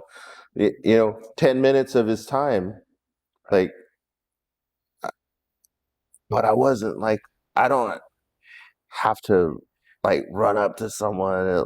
Like in the There's a past, it was, maturity thing too. You're a little bit older, right? yeah, It's not kind of the same, but like just getting to be in the same building. right. Yeah, I'll have to pay for it. Maybe they don't, but Yeah. but it's like just the opportunities that the no-gi world is like affording people now. Right. And there's always gi tournaments, right? There's Right. been gi tournaments forever, right? And I know like ADCCs has been around a while. Like I said, I'm still new. I don't know when it started, but That was a long time ago. Marcelo days and Henzo, like those guys were training. but that was the only one, right? Right. It was just one in Dubai, I believe. Yeah. Where it started. Yeah. All these rich sultans and Obby stuff out there. Dobby, Yeah. Combat. I don't know. Championship. Yeah. Combat championship, I think. So it's like now that like Flo is doing that. Who's number one? They did the reality show, like The Ultimate Right. Fighter. Yeah, that was cool. Right. Yeah. Like I'm hooked on that. I'm like, Yeah. Chambers was in that one of Boogie's guys. Oh man, it's so good. yeah, So man. good. But that guy that beat him, Isaac Michelle, like B team, right? that was like a 2-hour match or some shit They like just that, dropped right? the match. And then they threw it in the back. I was so disappointed with them. Gordon Ryan's like your show, man. Yeah, you got to do that, right? That's true. Like, but I would understand. I'm not bigger than Gordon Ryan, all right? Yeah. I'm trying to make a name for myself, but I guess I'm gonna do it in the back room. Yeah. And then like they got to the back, and then it was like 5-6 minutes later, he ended up getting. It's like shit. But then you see like Chambers, Isaac Michelle, you see Tackett, Right. Like there was 16 guys, and those 3 guys are making a name for themselves out on the circuit now, right? Right. Like I just watched Tackett on Who's Number One the other night. Yeah. He's a black belt now. He was brown belt then when that show came out. Yeah, but that guy, man, he's got levels. When you say levels, that guy's a couple levels. A belt's just good sometimes to hold your gi up sometimes, man. Like we all know, like I've gone with people that have been black belts that were younger than me, more athletic. I'm like, this guy's not a black belt yet. Like in my head, like I'm not trying to talk crap, right? And who gave him their black belts or whatever? And I got with some blue belts, like, dude, this guy should be a black belt. Like this guy's good. Like you have me working out of stuff, and I'm like, and then there's like, after 10 minutes, like I can't submit you, and you're only a blue belt or a purple belt. Like that's not where you're at. There's levels. You know what I mean? Yeah. I guess it's easier for you to say that because you've trained for so long. Right. But like I've rolled with some people and like higher belts, and I'm like you didn't really do anything. Right. Right. Like, and I've tapped some higher belts where I'm like, I don't think that should have happened. Right. And multiple times with the same move. Right. Like, why would that even? Okay, maybe the first time I caught it, but I'm using this. This is back when I was first, maybe 8-9 months in. I'm using the same setup for the same technique, and you're not stopping it. Why? Like and there's levels, right? Like just like we talked about. So. Yeah, but then so when you're doing that, at some point you're like, well, this is not making me better, so you have to go to something else, right? And I'm like, that particular time, tap a guy like armbar like 3 or 4 times, all set up with a Kimura, right? Step over. Posture, right? You're purple belt. Guy's a brown belt now. Like, maybe shouldn't have happened. but levels. Yeah. But like you said, sometimes you roll with people that you feel you could feel in their rolling Right. how technical or how flowing they are, right? Like some people are pretty technical and you have to work really hard to get certain things. Some people are flow rollers, right? Like, Yeah. See, I'd consider myself personally more of a flow roller. Like I get in and out of a lot of positions. I'm not one of those tournament guys that's like, I won 3-0 or 4-0. I had these points. Like for me, it's a submission game, right? If you and I roll for 10 minutes and we both go hard and we don't tap each other, it was a tie. I don't care if I had Neon Belly on you for 10 minutes. Like that's the way I look at it. Like submission only, right? That's what we're shooting for. And if that's not what happens, then whatever. Like, yeah, you know, if you got demolished a little bit positionally, but like the ultimate goal is you couldn't tap me. And that's the way I look at it. And so that's because of that, I don't care if I get in bad positions. And I'm kind of, believe it or not, I'm kind of flashy. I like doing stuff. I like being in side control and I jump into a triangle. Right? Where, you know, push your head down and get into a triangle.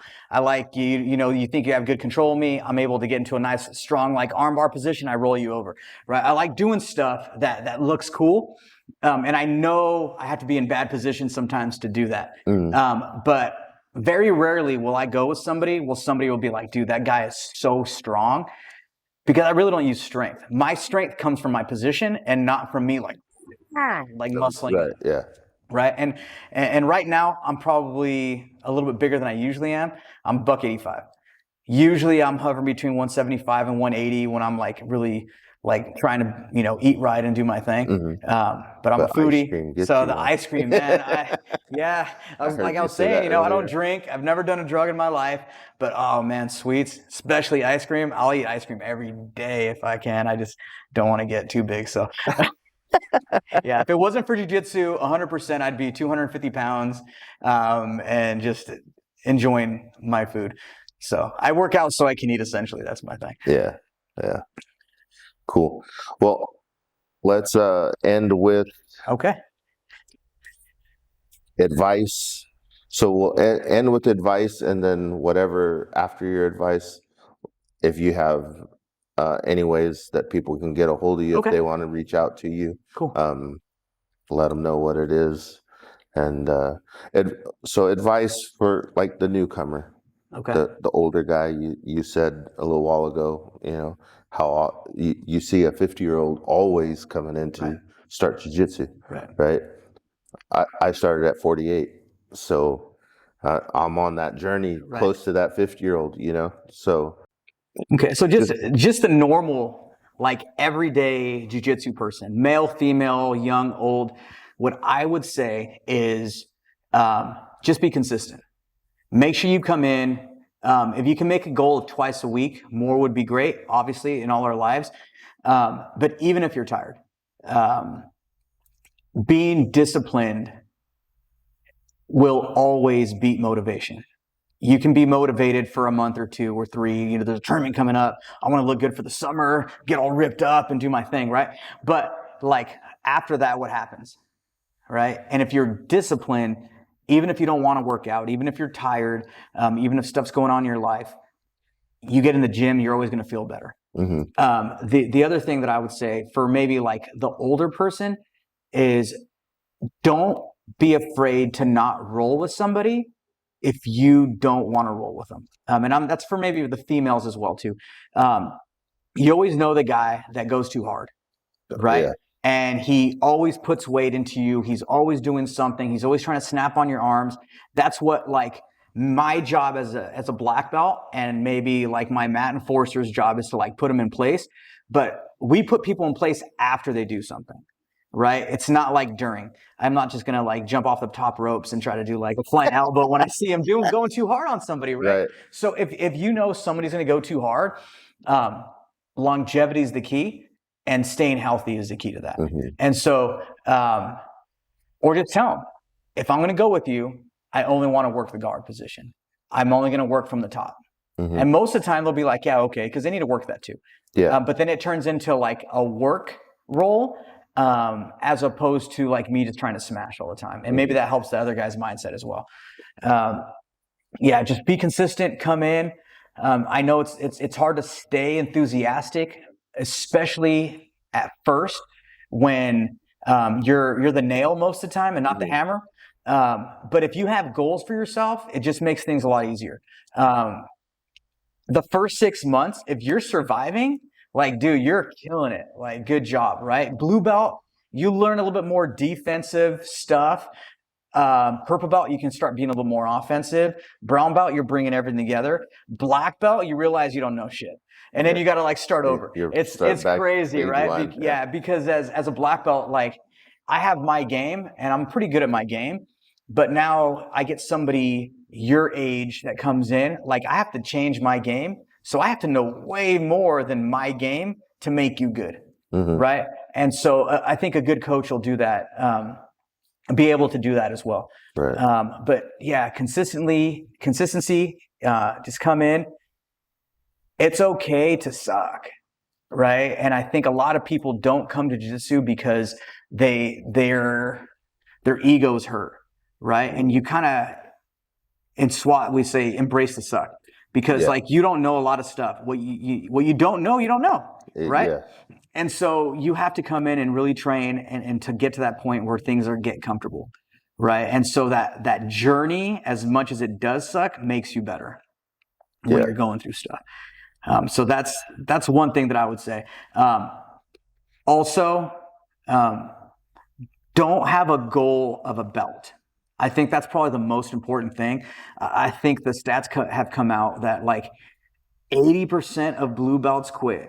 Like, dude, like you don't even know anything yet. Like, right? That sucks. So if your goal is to be a blue belt, like you're going to quit. If your goal is to be a pro belt, you're going to quit. So let's like make our goal just to be good, to get better every day, to be a good training partner, to be in better shape, to be able to be amazing at my top and bottom game. Right. So make different goals that aren't belts. Cause that's like a saying, like my goal is to train till it's 2025. Because now you're going to have no goals after that. Right. Yeah. And so I would say that's another thing that I think would be important for somebody training to think about that as a goal is to get better, to be healthy. If you want to get muscles or lose weight. But that's a lifetime thing. It's not a belt thing. And essentially I don't know if I ever really even wanted a black belt because it's a lot of pressure. People come after you, but you realize what you don't know when you're a black belt. Right. You get kind of cocky as like a brown belt sometimes, I think. And then when you come a black belt, you're just like, holy cow, dude, this is like, you're not even breaking the surface. Like, this is crazy.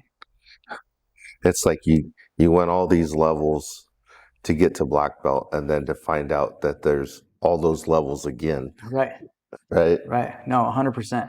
And I'm still learning every day. And that's the other thing. I love jiu-jitsu. It's one of the greatest things that has ever happened in my life. And because there's still excitement there, I know I can get better. I've always been competitive anyway, right? I don't like people beating me at anything. And if you beat me, like I'll give you a high five, but next time I'm gonna get you type of thing. Whatever it is, like I'm that's how I am. And so jiu-jitsu gave that to me consistently, right? And no matter how good you are, like even like when I go with some of my blue belts, like they're good, right? So if I take it easy on them, like I might get caught. Right. So it keeps me honest as well. Nice. But yeah, just keep training. Keep training. Go train. Especially when you're in law enforcement. Like I can't push that enough. Like my ultimate goal would be someday to have a huge gym and just like have a law enforcement class with like 40, 50 people in there. That would be, man, so great. So are you doing the seminar in Napa with BJJ Cops? So the seminar with BJJ Cops, I'll be there September 24th. for everybody in law enforcement. Go sign up. It'll be awesome. Ashley Cummings, they call her Smashley. She's a 10th Planet product as well. She's a law enforcement officer and MMA fighter. And then Brennan and I will be there. I believe Ed will be there as well. And then I believe there's going to be another BJJ cop seminar in San Francisco at Ed's spot. Peninsula. Yeah, in the Peninsula in November. I don't know which date it is yet. I haven't talked to Ed or Brennan about that one. Just kind of focus on Napa. But yeah, anything I could do to help like this world be rid of bad guys and make sure that we're safer. So I love it. It's a great opportunity to be with BJJ cops. And you know, the ultimate goal is you know, the future of law enforcement, that we all stay safe and can train and have a realistic sense of what law enforcement is. Yeah. It's not what you see in the movies. It's not what you see on Live PD. It's not like any of that stuff. Like when you're in that situation, things are different, right? You can be on the sidelines and you have me mounted, like, get up. Like, unless somebody has you mounted, you don't know what that feels like. Like, shut your mouth. Right. Yes. Yeah. Is that it? Plug your cool. YouTube and awesome. Anyway, anybody could get a hold of you. Yeah. And so if anybody's interested, my YouTube channel is Chosen Few BJJ. I post stuff. People leave me messages on there or something they want to like see or whatever, and I usually do that. I also have an Instagram, Chosen Few BJJ. You can message me on that if you guys want to see something. Obviously, my YouTube channel and my Instagram channel it's kind of about me, but not really. It's about getting people to train. And that's one of the things that I want people to do. I want you guys to go out there, go train. I want everybody to be safe. And so if there's anything that I can do to help you guys out in your journey, if you're stuck in a position, if there's something law enforcement wise, you know, SWAT wise, police officer wise, anything like that, just let me know. Again, Chosen Few BJJ, both on YouTube and Instagram, and I'll get back to you as soon as I can. Be safe. Cool. Awesome. Hell yeah. Thanks, bro. I appreciate it. No, Shit. I feel